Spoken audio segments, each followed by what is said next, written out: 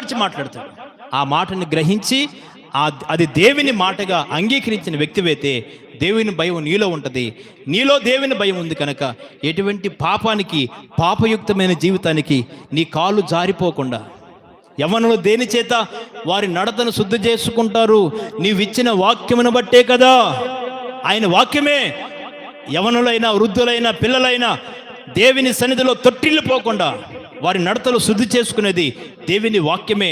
వాక్యమే రెండంచుల ఖడ్గమై. హెబ్రీ పత్రిక 4వ అధ్యాయం చూడండి ఆ మాట. హెబ్రీ రాసిన పత్రిక 4వ అధ్యాయం 11వ వచనం. అవిధేయత వలన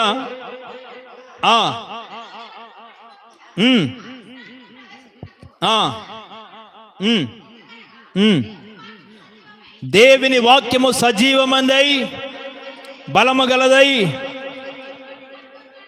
రెండంచులు గల ఎటువంటి ఖడ్గము కంటే కూడా ఇది వాడిగలనదై ప్రాణాత్మ కీలుగులను మూలుగును విభజించినట్లుకు దూరుచు హృదయముల యొక్క తలంపులను ఆలోచన శోధించుచున్నది.